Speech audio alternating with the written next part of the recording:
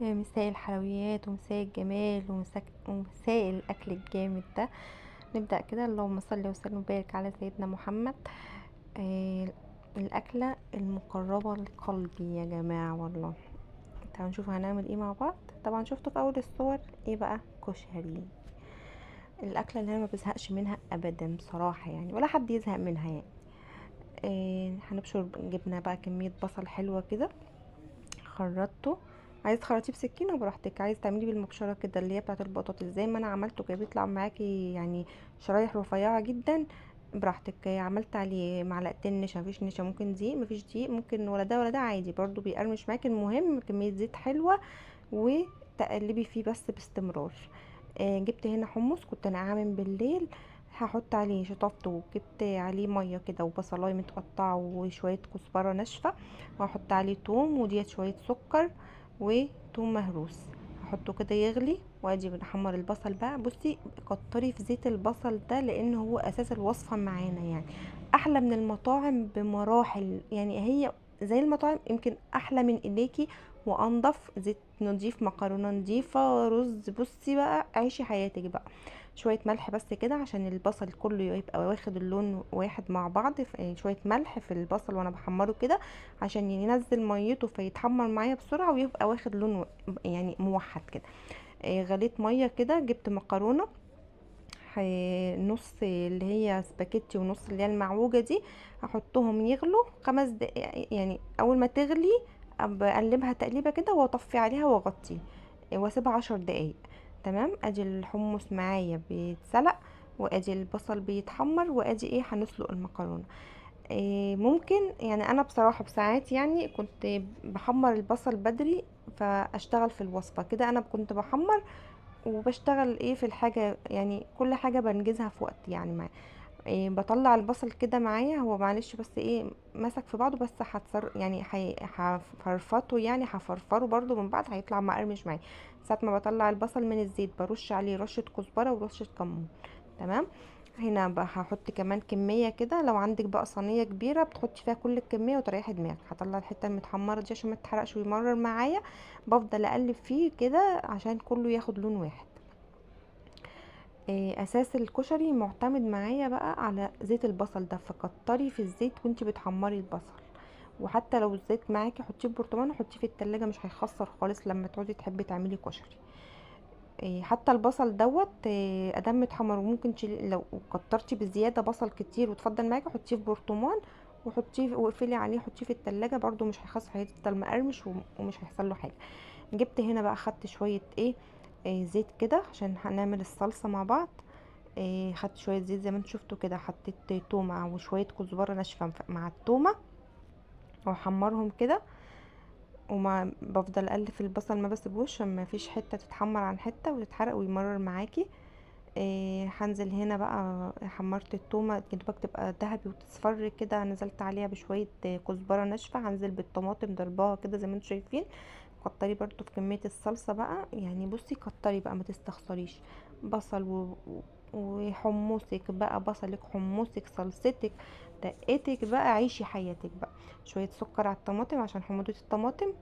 هتغلي غلوه. وديت حته تومه برضو نيه كده. هنا صفيت المكرونه من الميه بتاعتها ما شطفتهاش، هنزل فيها بالحله كده وعلى نار هاديه بقى. وهسيبها تعيش حياتها. بس ايه ندوها بقى شويه زيت من اللي احنا بنحمر فيه البصل. نزلت عليها بنص معلقه فلفل اسمر كده بتديها تستحل. وشويه بصل زيت كده من بتاع البصل بقى. كتري بقى كتري. بصي ما تستخسريش. هو زيتك ببلاش بقى، مش زيت التموين مش مشكله. عندما عايزه تاكلي يعني تاكلي طبق كشري وصايه، هو كتري في زيت البصل بس. وكل حاجه بنضافه وبحب. ادام بتعملي اي حاجه اي اكله، لو شويه مسقعه لو شويه فول يا جماعه والله العظيم، ادام بتعمليهم بحب عشان خاطر ولادك. ولو ان يعني انا بصراحه بعمل الكشري بحب عشان انا بحبه. اه والله مش هكدب عليكم يعني. لو مثلا يعني بصراحه يعني ما بروح اسكندريه تاكلي ايه؟ اكل كشري. حتى اما بتمشى انا وولادي كده مثلا اللي عاوز سندوتش شاورما اللي عاوز كريبايه مش عارفه ايه، انا اجيب لنفسي طبق الكشري. جبت هنا برضو حله شويه شعريه. لو كان في اكتر من كده كنت كترت، بس ده اللي كانوا موجودين. جبت هنا برضو من زيت البصل هشوح الشعريه كده، هحمرها تاخد لون معايا بس ذهبي كده اصفر كده، وهاجي نازله عليها ايه بالعدس. العدس دوت نقعاه برده من بالليل مع الحمص. وجيت قمت الصبح بقى شطفته كده وصفيته، هنزل معايا اشوحه مع الشعريه. عايز تعملي الحمص العدس في حله لوحده براحتك، انا بعمله كده مع الرز مع الشعريه في حله واحده.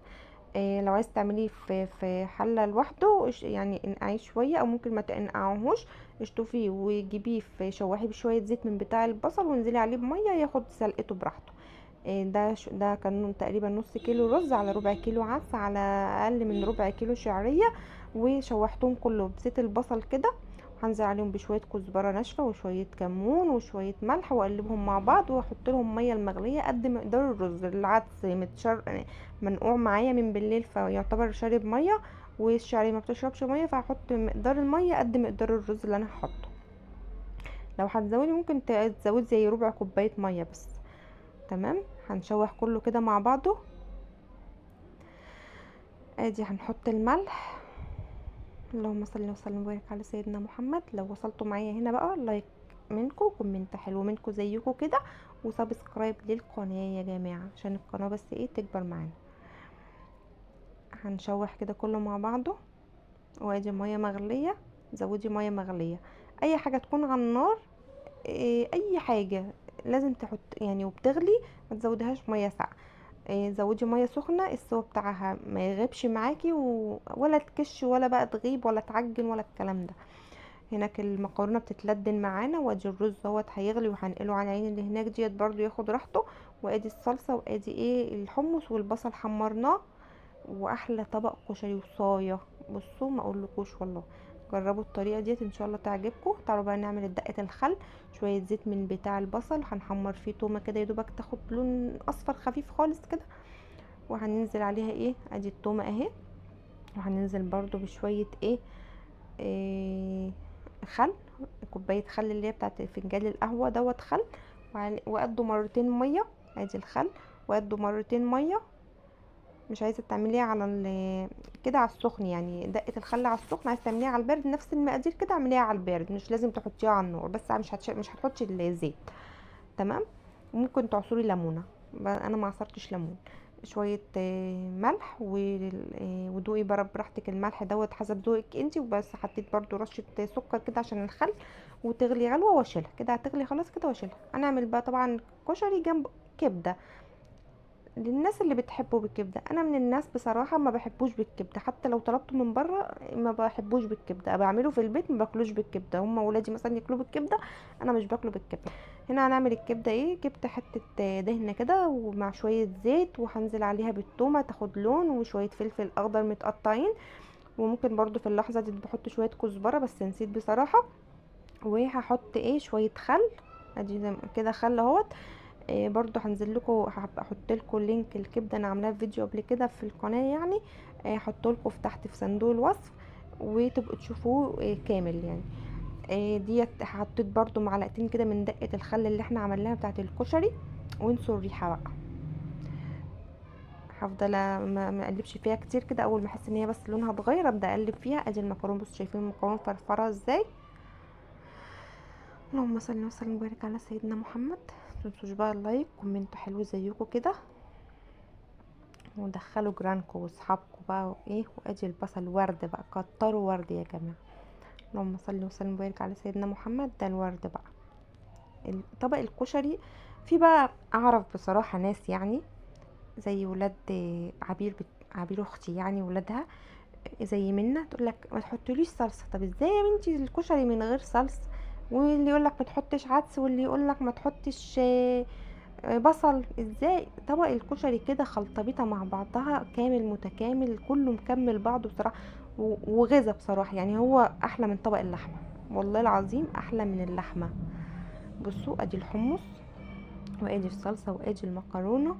كتروا بقى ما تستخسروش. وادي الورد اهو ورد. من ساعه ما تيجي تقول له كتر لي ورد 5 جنيه، ليه؟ ما احنا عملناه اهو. يا رب الفيديو يكون عجبكم. وادي الكبده اهي. متنسوش بقى تحطوا اللايك، سبسكرايب للقناه، كومنت حلو منكم. مع السلامه.